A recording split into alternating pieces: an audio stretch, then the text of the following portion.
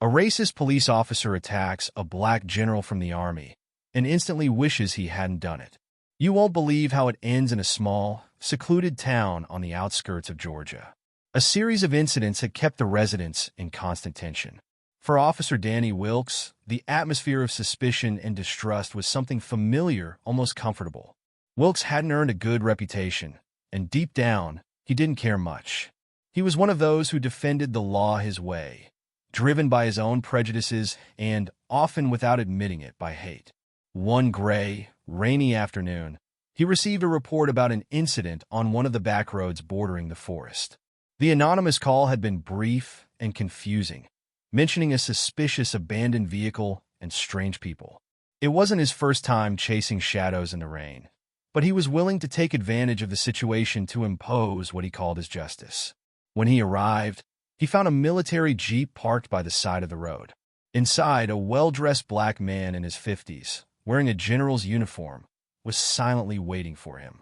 Wilkes couldn't shake the feeling of discomfort at the firm presence of the man, who remained calm despite the situation. Without exchanging words, Wilkes got out of the car with his hand on his gun and shouted, "Get out of the vehicle with your hands where I can see them."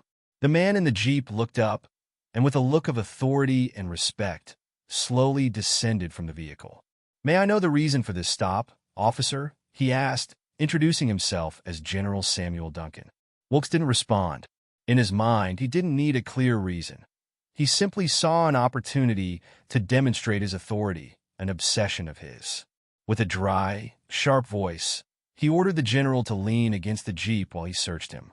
"Do you have anything that could hurt me, General?" he mocked. The general, without losing his calm, replied quietly, though his words seemed to pierce through Wilkes' facade. "Officer, I have nothing to hide, but I believe your lack of control will take you to a dangerous place." Furious, Wilkes couldn't contain himself. His frustration and anger erupted as he began to hit the general without any reason. But as his fist struck Duncan, a strange feeling overcame him. It was as if something inside him was screaming that he was making a grave mistake. This man had a different presence, a dignity he would never understand. Then something extraordinary happened. The moment Wilkes stopped, he staggered backward, as if he had lost his balance from his own momentum. He looked at the general, who, despite his injuries, gazed at him with a mix of compassion and sadness, and something even more disconcerting. "Forgive me. I can't help but feel pity for you, Danny. You're a prisoner of your own hate," the general said gently. Confused and upset, Wilkes felt his world start to crumble. How did he know his name?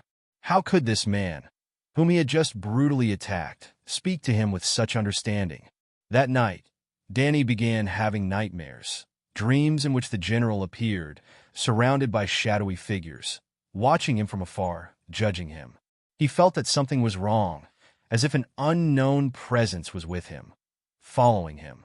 Guilt tormented him, something completely new to him. The next morning, he decided to search for the general.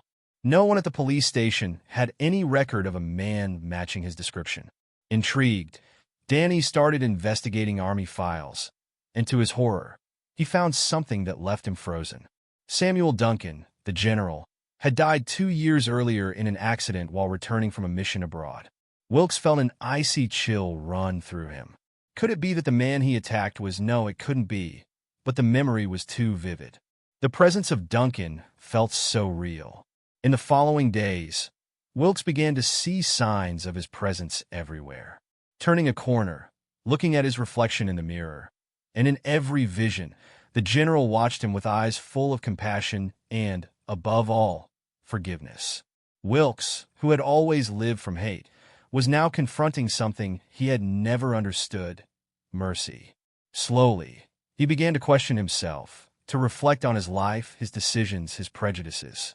He sought help, trying to reconcile with the mistakes of his past. He went to places he never thought he'd visit: churches, support centers, even emotional rehabilitation meetings. But the face of the general never left him. Over time, Danny changed his way of being. He became a respected officer, someone the community began to trust and respect.